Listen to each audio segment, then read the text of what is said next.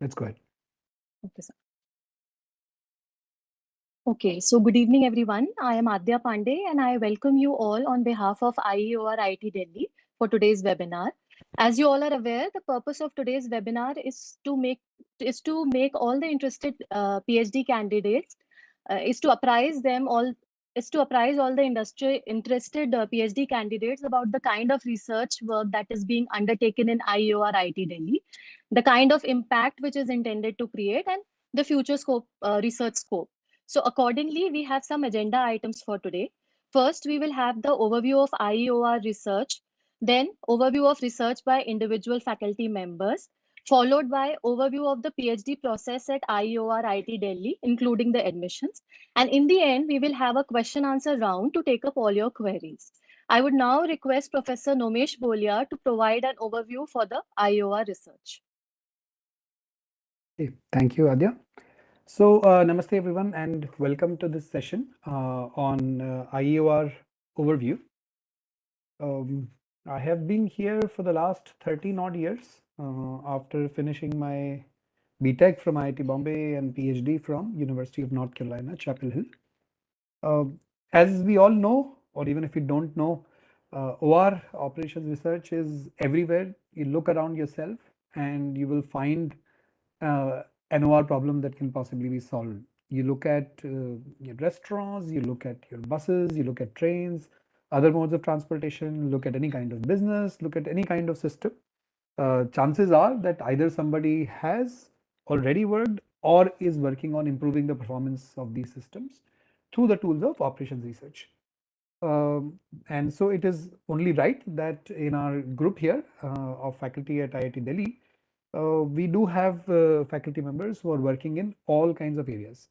So for example, we have, Prashant Palkar, Professor Prashant Palkar, who has recently joined here. He works in what we call methodological research. So he works around theory, algorithms, mixed integer, nonlinear and linear optimization, parallel computing, derivative-free optimization. So all kinds of theoretical optimization and operations research work in the deterministic optimization domain that you can think of is more or less something that he's interested in and he keenly works on. Additionally, and what I really like about his kind of work is that apart from theory, he is also keen on developing open source computational software. So the MinLP solver, the Minotaur framework, these are some of the things that he works on. And he is also interested in applying some of these things, dynamic traffic assignment for electric vehicles, derivative-free optimization of parameters, and so on and so forth. There's a whole bunch of things that he works on. And of course, with the kind of things that he does, his skills can be used in any kind of problems. Anybody who joins IIT Delhi and works under his supervision gets a chance to work on the theory of operations research. We have Professor Shaurya Shial. He works on, more or less the stochastic side of things. So solving allocation problems for multi-robot systems. These are multi-robot systems. They're called multi-robot systems, but they tend to solve a large variety of, systems that we see around us. He's also interested in network science, process mapping. He has been working on mapping the district court workflow as a part of our Center of Excellence. He's also interested in simulation modeling of epidemiological and immunological systems, so also connected to health systems in that sense. We also have Professor Varun Ramon. His core area of work is probabilistic modeling and simulation methodology, applied primarily to health systems. So he's been working on healthcare delivery systems. He's been working on performance in the core of the Indian public health system, which is the primary healthcare system and the community healthcare systems. There is a whole bunch of other problems that he works on. Defense systems is another thing that he's interested in and is trying to take it to the next level. I'm Nomesh, as I already introduced. I work on what we largely call public systems, large systems involving the government and public funding. My current areas of interest involve working on food systems, so optimizing the PDS, the public distribution system across the country, working on transportation with city transport agencies to improve their performance, and working on law and tech as a systemic domain that can be improved. Finally, we have Professor Deshmukh as a part of this faculty group, who is a stalwart, well-known across the country globally on his work in conventional IE areas such as quality and other domains. Um, when you have such a strong set of faculty members, we also come up with a large set of projects and partnerships. So we currently have a partnership, for example, with the United Nations World Food Program for our work on food systems. We have what is called the Public Systems Lab that works on all of these areas, these large systems on food, health, transportation. Defense systems is another big thing that we might come up with, maybe some sort of a center, some sort of a large project that might come up. We are in discussions with appropriate agencies in India to do that. We also have a center of excellence for law and technology where we keenly and closely engage with the courts across the country, Supreme Court, High Courts, District Courts, to work and improve their systemic performance. Now, in working all of this, of course, PhD students play a key role. Uh, they participate in all kinds of activities, whether it is research, collecting data, making reports, representing us in all of these fora, having discussions with project stakeholders, and so on and so forth. They learn a lot through all of this, but they also get a very diverse exposure, both technical as well as everything that is needed with technical matters for a successful and implementable useful research. Typically, they end up graduating from here with a pretty strong publication record. And so far, we've been, we can proudly say that the recruitment record when they graduate from here is pretty good. They either get absorbed in R&D divisions of major companies, or they get absorbed as faculty members in some prestigious university, primarily IITs across the country. So the student group also, I'd also like to share that we now have a large group of students working with us in the IEOR segment here in the Department of Mechanical Engineering. We would have anywhere between 25 to 35 students, all working on problems of their interest. Good communication, good camaraderie between them, a very friendly environment, typically help each other in modeling, in formulating problems. They're also one area that I've seen them keenly work on and help each other is just being able to utilize computational resources, for example, that the institute has to offer. Which also reminds me that there is a strong sort of computational infrastructure that we have, both in our lab as well as the central IIT labs. So overall, I think it's a great place for PhD students to do their research and grow significantly while they're here, and end up graduating with a pretty good, recruitment prospects. Um, I think all of this makes our, the statistics and operations research overall in IIT Delhi, not just our group, but overall rank pretty good. So both this year as well as the previous year, 2 consecutive years, the QS World University rankings have ranked as #1 in India in statistics and operations research. So there is a lot more that I can share, and I think that we can include in question and answers if there are any. But for now, I'd really like to encourage you to pay more attention to the rest of this session, and please do apply, please do engage with us. It'll be great to have you over. Thank you. Thank you, Professor Bolia. We'll now request Professor Prashant Palkar to give us an overview of his research work. Hello everyone, I am Prashant Palkar, and Professor Nomesh Bolia already introduced most of my research interests, and I can just go through them in slightly more detailed fashion.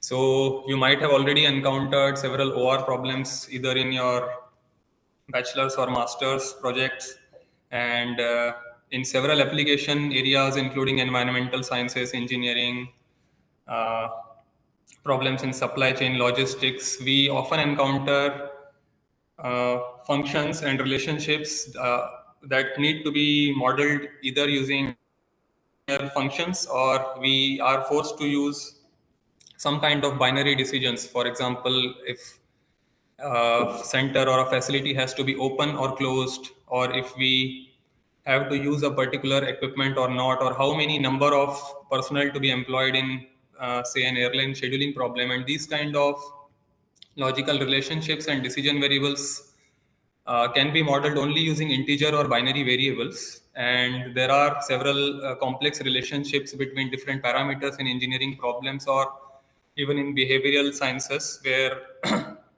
we require to use nonlinear functions, and this basically makes the formulation of an optimization problem complex because nonlinear functions and the presence of integer or binary variables makes solving an optimization problem extremely difficult. And this is where my research interests begin. And I work basically on algorithms, theory, and also on developing solvers for solving such kind of problems, which we call as mixed integer nonlinear optimization problems.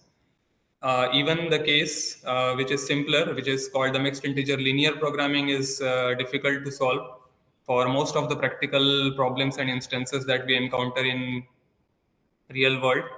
So I work on a solver which is called Minotaur, and we have been developing it over the last 10 years. And this solver is one of the state-of-the-art solvers for solving the class of problems that I mentioned. And these kind of solver development actually involves a lot of different expertise. For example, we need the theoretical understanding of operations research, mathematical programming, integer programming. We also need to understand what are the most effective data structures that we can use to implement our optimization algorithm that we have designed, and so on. So it is actually a very nice and interesting blend of different disciplines. I also work on computations of Nash equilibrium. So you might have encountered optimal solutions and optimization problems, and you might have also heard about equilibrium in systems. So as there are equilibriums in physics or chemistry or other science disciplines, there is also behavioral equilibrium, which can be modeled with the concept of Nash equilibrium, and computing this in most practical settings is extremely difficult. And I also work on computation of such Nash equilibriums, and these phenomena are actually more realistic compared to the optimal solutions, and their comparisons are even more interesting. So this is basically what my research interests lie in. And then the applications that I'm interested are manifold. I work on a lot of derivative free optimization problems that involve very complex simulations that can run for more than 24 hours. And solving such problems fall under the category of derivative free optimization problems. And they span applications like concentrating solar power plants, and many problems in computational biology, brachytherapy, treatment of tumors, also in portfolio optimization, water network design, and so on. And the list just is very exhaustive. And I work on all these problems. And if you are interested in working on any of those, you are welcome to apply and join us at IIT Delhi IEOR. Thank you, Professor Palkar. We'll now request Professor Shaurya Shriyam to apprise us of his research work. So hello and good afternoon, everyone. I am Shaurya Shriyam, and I would like to first, so as Professor Bolia already has introduced and given a good overview of the kind of research I do, I'll just try to add few more details based on where Professor Bolia left. So I am very interested in trying to develop intelligent heuristic algorithms for complicated, for computationally demanding, computationally intractable combinatorial optimization problems that may arise in systems like multi-robot systems, public healthcare systems, your industrial systems, all kinds of problems, even food distribution systems. So that is what operations research is all about. Operations research is all about applying sophisticated advanced mathematical techniques to real world problems to have some impact on social good, and that is something which I'm really interested in.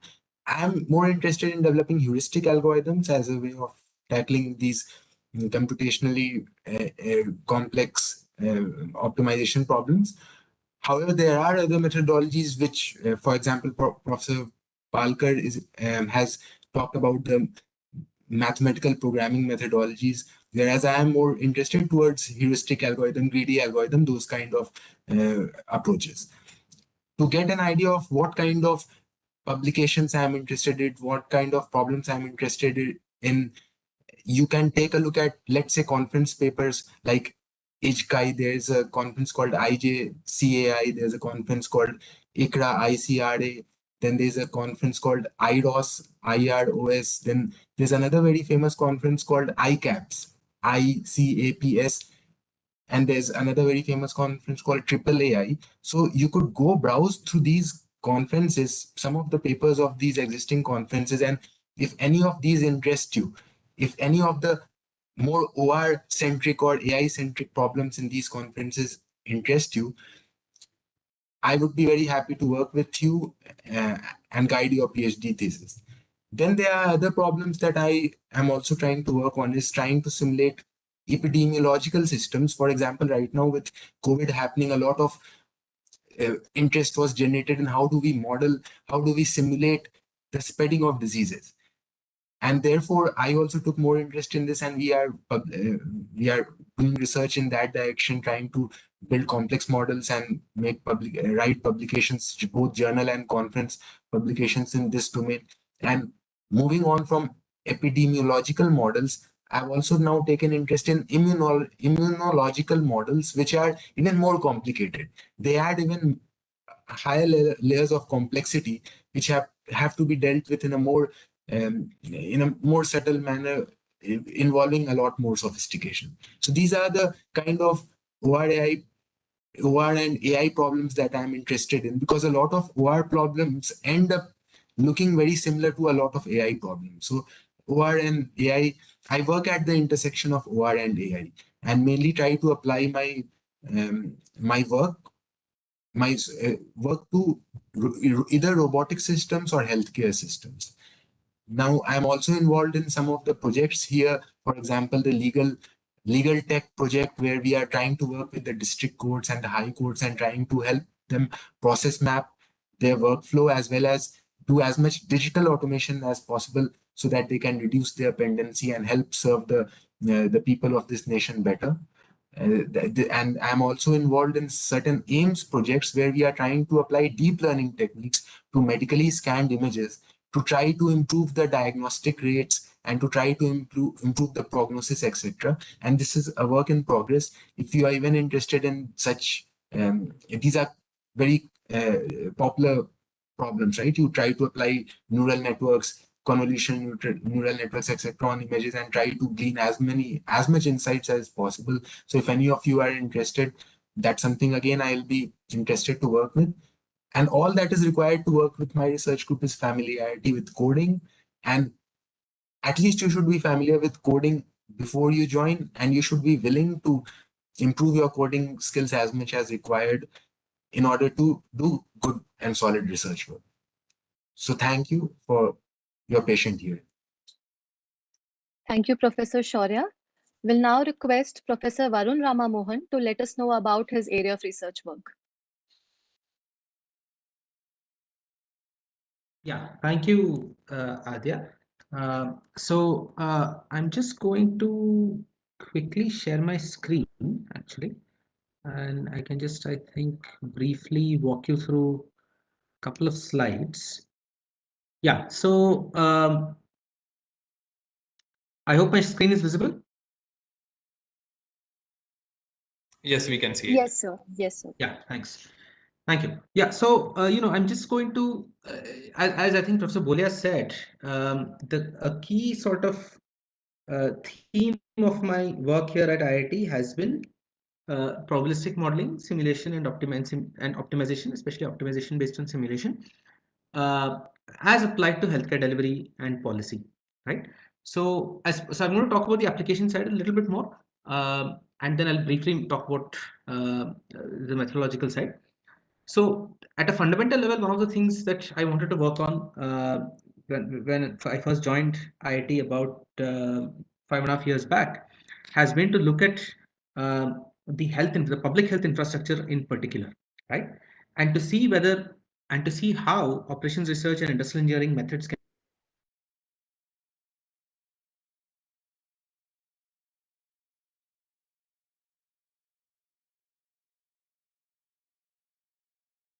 unit that, for example, analysts in the public health domain or any public health planning authorities, for example, can use to look at the operational side of public health delivery, right? And so we looked at the fundamental units of public health delivery. So we looked at PHCs and CHCs, and we have developed and so as part of that, we developed discrete event simulation models of primary health centers, community health centers, which of course you can find across the entire country, right? So for example, in India, you have 30,000 PHCs roughly, and many more on the way, and you have something like 6,000, 7,000 CHCs across every across the country, right? And you'll have at least a few PHCs and at least one CHC in almost every district, right? And so the idea was to then show that, so idea was to develop these simulation models that you can see here, and there are of course links to the papers here, and then to use the simulation and to show how these simulation models can be used to actually do public health operations planning for to do public health operations planning in a given region, like so for a district. So what we did was, for example, we linked the simulations of PHCs together, and we showed, okay, how it can be used to plan COVID operations, right? So for example, all of you know that during COVID, you had makeshift facilities that were created, right? So the question is, how can these simulations be used to determine the location and the capacity of these facilities, right? And the other thing was to come up with what are called as patient diversion mechanisms, right? So for example, patient diversion mechanisms are a common way to actually address the problem of overcrowding at hospitals, right? So if a patient comes to a particular hospital and they find that, okay, it is too crowded, they can be moved to transported to another hospital. So what sort of, so we came up with a couple of new diversion mechanisms, right, as part of this. Similarly, we looked at a couple of other things. So for example, we looked at the transplantation system, right? In particular, the kidney transplantation system we looked at in multiple states. And the idea was to create the simulation model of a kidney transplantation system that could then be used to, for example, play around with different types of policies and figure out what are the correct types of policies, right? So similarly, we've looked at, for example, breast cancer, where we looked at what is the optimal interval for screening for breast cancer in the Indian context. We've looked at the vaccine cold chain, especially in the context of COVID again. And we've also looked at, for example, infectious disease transmission as well, right? So in the context of hepatitis C virus as well as in tuberculosis. So these are things that we've done, we've been working on. Now, whenever, of course, we look at, one thing I should mention here is each time we develop a model of one of these types of systems, we always have an eye on how we can actually improve the modeling methodology itself, right? So for example, when we developed models of for example, when we developed a model of the public health operations of PHCs in a district as a whole, that was basically we had to link 10 PHC simulations together. So that made the simulation itself actually quite computationally expensive. So the question was, how can we actually make these simulations less computationally expensive, right? And so we actually developed something we looked at what is called as model simplification in order to actually do this, which reduce the runtimes by at least 80%. And now we've developed new ways of we've developed some ways that can be used in the automation of these model simplification techniques within simulation packages, right? That is something that we've looked at. So for example, when we did real-time delay predictions for patient diversion, we actually looked at, okay, how can you actually simplify the process of generating real-time delay predictions? Because for the existing methods, first of all, they'll have to be, depending upon the form of the distribution, things can get complex, right? So we always have an eye on methodology, and we made some methodological contributions, but at the same time, we also have, of course, a very strong focus on, of course, the public health impact of these models as well. Yeah. So, and what I'm looking for as far as PhD students go in general is, as I think Professor Shaurya said, good programming skills and willingness to sort of learn and be open to, for example, learning mathematical methods of, for example, optimization, the maths underlying simulation, all of that as well, right? So strong programming and an openness to learning mathematics at a decent level. Yeah, that's good. Thank you. Thank you, Professor Varun. We'll now request Professor Bolia to let us know in more detail about his research work. I will stop sharing. Just 1 second. Can you? Achha, 1 second.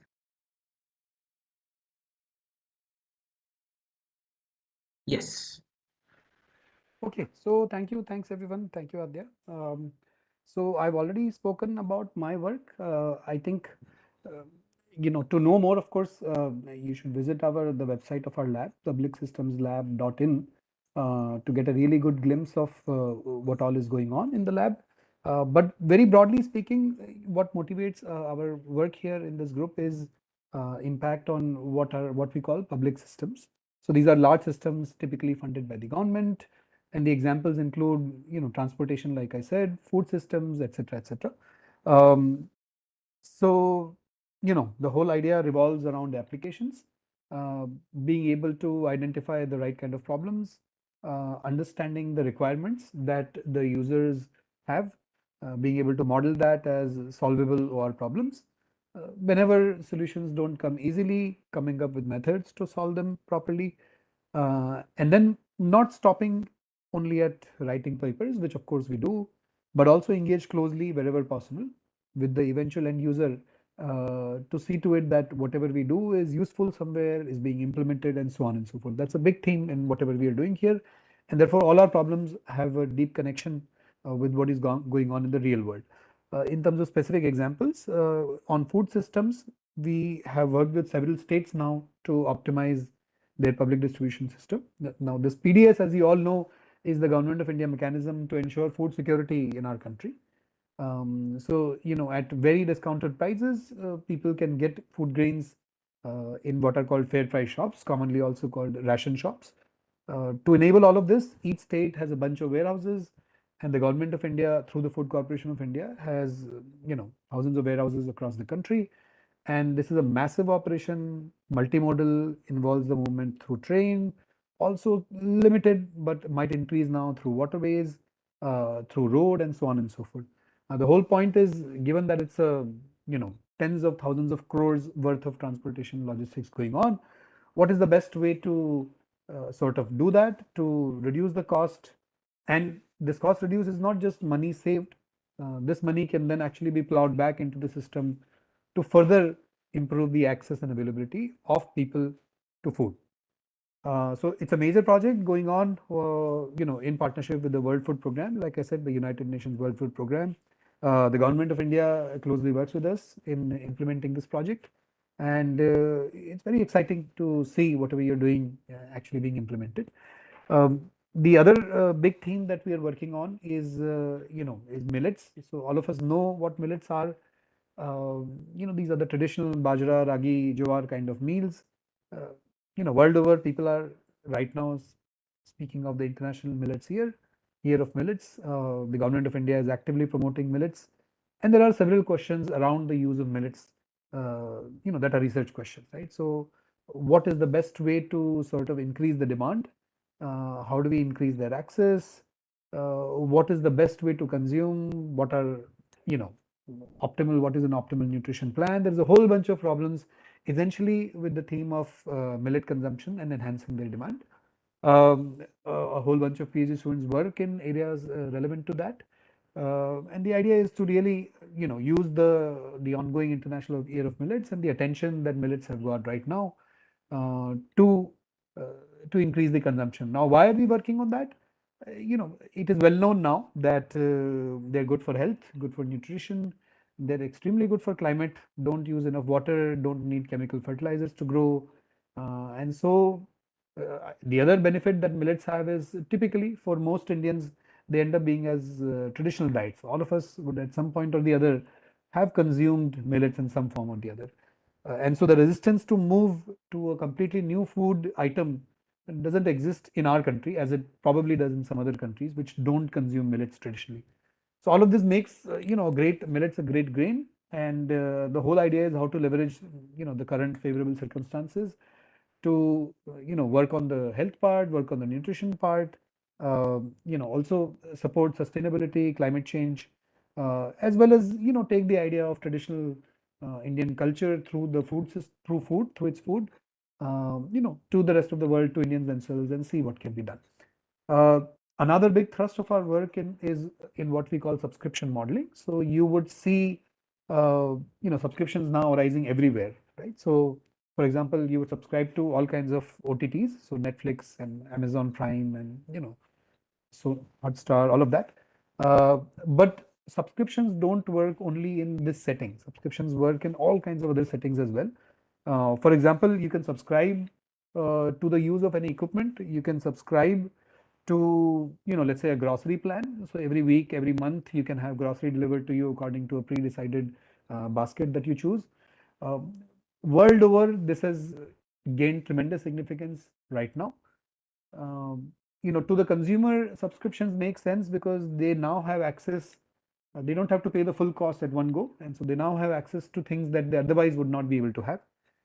To the businesses, it makes sense because it means a steady stream of revenue, and there is a whole bunch of examples. A very interesting example that I found is from the US, where a company that simply delivers razors, right? So only razors, nothing else, at a regular subscribed sort of level to its consumers, worked for some years, and then they were able to become big enough that they got sold for some hundreds of millions of dollars, or maybe more than $1 billion. So it's a huge business picking up in all kinds of segments. We are trying to see if subscriptions can work in the area of restaurants, in the area of millets, in the area of other food items, in the area of earthenware, all kinds of areas where they can improve livelihood, support sustainability, and develop good business models. There is another piece of work, domain of work, which relates to improving the performance of courts. So analyzing the data. Interestingly, it so happens that India is, not only do we have the largest number of pending cases in the whole world, we also have the largest amount of data out there available for public use and research use. So we intend to use all of that. We analyze it, see what can be done to sort of improve the court procedures, case flows, to reduce this pendency, to fast track some of the court cases. And we actively engage with the district court and the Delhi High Court, any other court that wants to come to us, and so on. We do this through what is called the Center of Excellence for Law and Technology, the Dutch Center of Excellence for Law and Technology that we have set up about 3 years back in our department at IIT Delhi. There is some other areas that we work on, and our approach typically is, it doesn't really matter what the domain is, as long as it is creating impact at a large scale on some public system. I'm open to sort of looking at that. What we need, like others pointed out from students, primarily is the willingness to undertake all kinds of work, to learn new techniques when needed, to learn coding and do coding when needed, to collect all kinds of data as and when needed. This data can be through surveys, it can be through just existing databases, and so on and so forth. If you can do all of that, and if you want to work on systems that really create an impact while using operations research and while learning about it technically, I think you will enjoy working with our research group. So with that, I think I'll end, and if there are any questions, of course, we can take them later on. Thank you. Thank you, Professor Bolia. We'll now request Professor Deshmukh to let us know about his area of research work.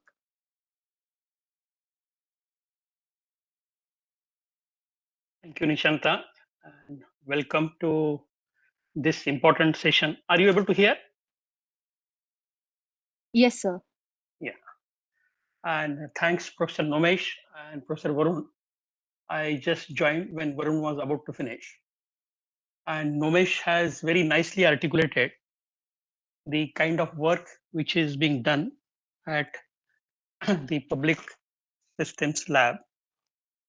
And I must say that this is unique to IIT Delhi. IIT Delhi has locational advantage. We are located in the capital of the country. We have access to government agencies. We have access to international funding agencies. And the research which is done here is largely guided by this interest. One, from the stakeholders' point of view. Second, creating huge impact compared to other universities and other institutions. I must say we have got a different slot, and this slot is creating a huge impact on the society. The problems which Professor Nomesh has mentioned, these are basically large scale problems. And this is the laboratory where we can deploy our modeling skill, we can deploy our programming skill with a view, with a motivation to make change in the lives of people. Ultimately, as a researcher, as a faculty, as a potential faculty, what is our long-term objective? Our long-term objective is to make some difference in the community, make some difference in the neighborhood, and thereby we also get not only the professional satisfaction but a personal satisfaction of contributing something to the big objective of the country. For example, you must have seen the way we are progressing, and this is really interesting. This example I always give in my supply chain, that the kind of penetration that UPI has made, it's a huge transformation. And through UPI, through public distribution system, and the area which Varun was mentioning, the modeling for COVID, it is two very interesting example. PDS is the world's largest distribution system. The COVID vaccination was the world's largest program as far as vaccination drive was concerned. So look at the supply chain and look at the exciting modeling opportunities at the back end. I think that is where IIT Delhi is uniquely positioned. And my request to all of you is try to venture into such areas which will be challenging both to you at personal level and at the same time making some contribution in the profession. On personal side, I try to look at the quality service mechanism. I try to look at the problems of the informal sector. What are the challenges as far as their productivity and quality is concerned, and how this sector can be integrated into the mainstream. So this is a wonderful area, and the area skill set which Nomesh and Varun has mentioned, I fully agree with that. That you must have good programming skill, you must have openness to learn, and most importantly, try to connect with the surrounding, try to connect with the areas which are begging for problem. And I must mention what is unique about our IEOR group. We are not by any chance a tool-centric group. We basically look at issues. And once we understand issues in totality, then we try to evolve solution methodology, which could be exciting, which could contribute to the research community, and which will also give us tremendous satisfaction of doing something, whether it is contributing for meeting our SDGs, Sustainable Development Goals, or whether it is for improving the quality of life for a common person. So I will end here, but these are the exciting opportunities available before you. So please explore, please talk to our faculty colleagues. And I would say among all the IITs, I think we are the, by age wise, forget about me, but by age wise, I think this is the youngest IEOR group. So make full use of that. So wish you all the best in this very interesting arena. Thank you, Professor Deshmukh. We'll now request Professor Shaurya to give an overview of the PhD process at IEOR. Thank you. So, as all the faculties mentioned, give you a very clear picture of why you should join our OR group. Now, let me talk about what does the PhD process entail? How do you get admitted to the PhD program?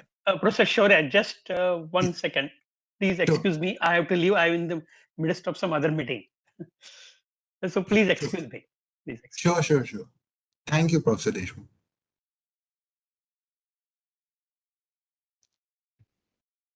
Right. So, as I was mentioning, so all the faculties, I thank all the faculties here for giving a very good picture to prospective PhD candidates. Now, let me, as the current MTech program coordinator, let me start by giving you a good idea about the admission process in IIT Delhi for this industrial engineering program, as well as what does your PhD, what would your PhD entail in terms of the duties and responsibilities. So when it comes to admission, I highly recommend that the admission process, the deadline for this semester will be over in a few days, right? 2 to 3 days. So I highly recommend you go to the online admissions portal, PG admissions portal, and begin applying. It's self-explanatory. You begin applying there. And after you have applied based on certain shortlisting criteria, you will be informed about a written exam component which is generally held, and we have been holding a written examination for all the candidates who apply in an online mode, and probably this should continue in online mode only. After your written exam, those who are shortlisted are then called for an interview. Now, due to COVID, the interviews also have been held online, but it is quite possible that we revert back to the physical mode of interviews, and you will be informed everything through email. So please keep checking your emails, and if you have any query, you will also be provided an email ID to write your query to. It will be an official email ID, so feel free to write your queries and get your doubts cleared. So I told you there are three processes. One is you apply, then you give a written exam, then you give an interview, and once you have cleared the interview, you will be admitted to the IIT Delhi PhD program. Now, once you are admitted to the PhD program, you will have 5 years of institute fellowship guaranteed to you, and most students therefore complete their PhD within 5 years. There is possibility of you taking on some project funding and then extending your 5 years to 7 years. But typically a student tries to complete their PhD before their institute fellowship runs out, which runs out exactly in 5 years from the day you start. That said, once you will join here in your first year, you will be doing some conventional coursework, PG coursework. You are required to take 2 courses per semester for at least 2-3 semesters. And once you have covered your courseworks, then you will be asked to give a comprehensive exam, which is a qualifying exam, which has two components. The qualifying exam has a written component where you will be asked certain questions, certain not very difficult questions, not very easy questions, but certain questions just to test your understanding of the courses you have done during your first year of coursework. And after that, you have to present your research plan to your PhD committee, your PhD supervision committee. And this concludes your qualifying exam. Once you have cleared the written part and you have presented your research plan in an impressive style, then your PhD candidacy starts, and then you start working towards writing your thesis. In every semester, you will have to still present your work progress to a PhD supervision committee. That happens every semester. And once you have a very clear picture of what your thesis is going to be about, you submit a synopsis. And after synopsis, finally, when you have published enough papers, journal papers, conference papers, and you have compiled your thesis, you will submit your thesis. And throughout all of this, your PhD advisor, your PhD supervisor will be in close contact with you and will guide you comfortably through it all. And you will also be in close contact with other PhD students of that advisor. So through collaboration, you will figure it all out and you'll find everything very convenient here in the IIT Delhi ecosystem. Everything is quite streamlined for students from the student perspective. That said, there are also other attractive features of the PhD program, that if you write conference papers, you also are given travel grants by the department, by the institute, to go visit the foreign locations where the conferences are being held. So these are some of the attractive features of PhD life, right? To be able to publish in these impressive conferences. And you will also be regularly having several talks. For example, the public system lab itself organizes constant talks and constant seminars, workshops by eminent speakers. An institute itself organizes a lot of talks by guest speakers who are well accomplished in their fields. Attending their talks gives you some nice perspective on how you can make your research, your thesis much more relevant to the present real world demands and needs. And that said, we are a very collaborative group, and we are part of the Department of Mechanical Engineering. So industrial group is one of the group, and there are 4 groups in the mechanical engineering group. Thus, we are a very diverse group. You have got design people, you have got robotics people, you have got thermofluids people, you have got production people, manufacturing people, all kind of. So you have got a very collaborative, diverse group in the Department of Mechanical Engineering, and I'm sure you will have a very good time in the Department of Mechanical Engineering while you pursue your doctoral studies. With that, I would like to conclude. So thank you. Thank you, Professor Shaurya.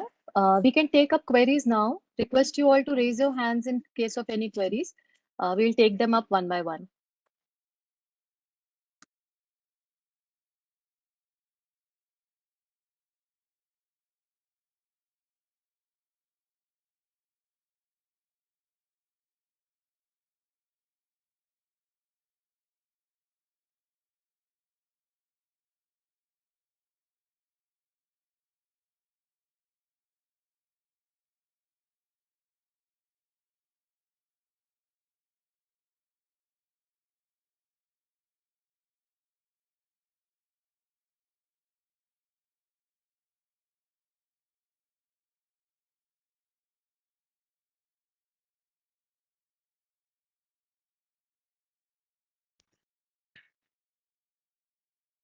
Rajasvi Kaushik, please go ahead.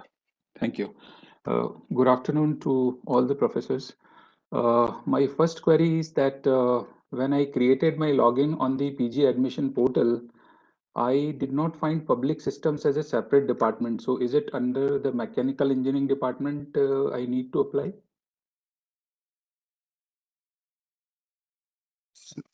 So yes, yes, Kaushik, you will be applying to the mechanical engineering department because we are uh, part of the mechanical engineering department, and there you will be required to specify the industrial engineering group. There will be a, uh, you will be asked to apply to specify which group. Later on, you will be asked to specify which group in mechanical engineering you are interested in, and you have to just specify industrial engineering group. So public systems lab is part of the industrial engineering group. Okay, thank you. So that answers my first question. Second is that uh, I heard that all of you are actually asking that the candidate should have the very strong programming skill set. So just wanted to check that I have been into the field of quality since last many years now, and I have been the part of policy systems as well. You will see in my application that to that. So, although I have the computer applications as my educational qualification, but is it really a mandate, or it's a kind of that when you are actually given some task, you actually check it that whether that is being compiled by the student or not? So again, it's very flexible here. So with different faculties, they will require different uh, levels of proficiency in coding. Mostly, we would want students to be familiar with coding, basic coding, and not be uh, afraid of making their coding skills more and more advanced. That's all that we would be requiring. Basic basic exposure to coding in Python, and having coded some basic algorithms on their own from scratch, even breadth first search, depth first search, meaning some, or even just having used Groby, Cplex, something. Students should be confident about coding, or at least confident about being able to learn the kind of coding required to publish papers. That's all. Yeah, so So just to add to that, actually, what Professor Shaurya said, this is Varun Rammohan. Yeah, and openness really is what we're looking at, and a willingness to learn. Of course, it helps if you have some programming experience. It's not absolutely mandatory, but definitely I think a strong aversion to programming is something that may be difficult to sort of work with for us. But other than that, one should be, I think, open to, as I said, as we discussed earlier, programming, and in any language, really, any language that is required. So you may, for example, code in more than one languages during the course of your PhD. And openness and willingness to learn. I think that is the most important thing. To coding and to quantitative sort of work, right? In terms of whether that's mathematical modeling, statistics, or whatever it is, right? Thank you. So one last question, that is the department inviting only full-time candidates or the part-time candidates as well?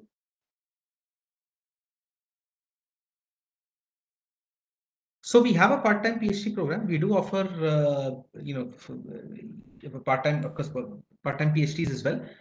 In which case you will just have to apply in a corresponding manner, right? So, for example, in the portal, you'll have to indicate that you're a part-time candidate, and then the interview. In which case, I think you may not have a written test, but you'll definitely have an interview if the application is shortlisted.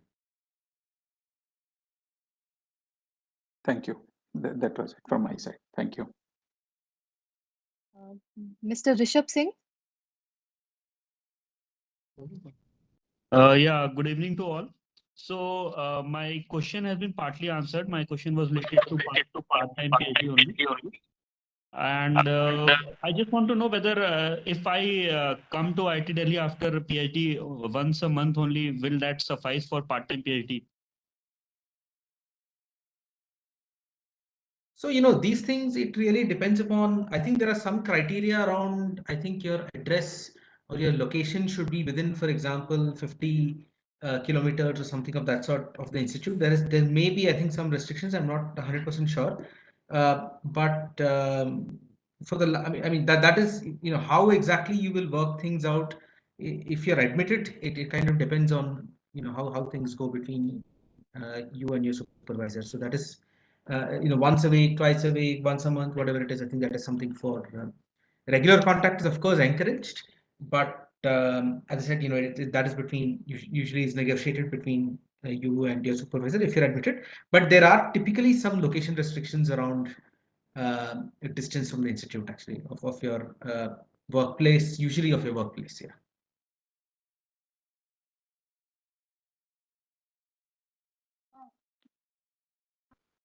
Is there any other query from anyone else?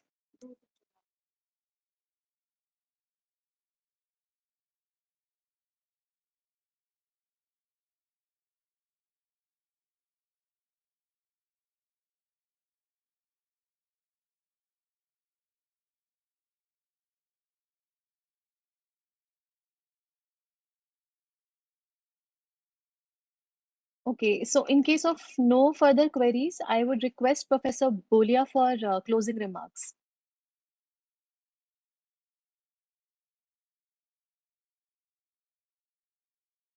Yeah, okay. Thank you, Adya. So, yeah, I mean, I guess not much to add here. I think, we've already talked about the opportunities that are available and, what makes this program different from the other programs. So, encourage you to apply. I think, we hope to see many of you trying to get in here and then some of you getting in here. Thank you. Thank you everyone for joining. Looking forward to work with all of you, or at least with some of you. Thank you so much. Thank you. Thank you.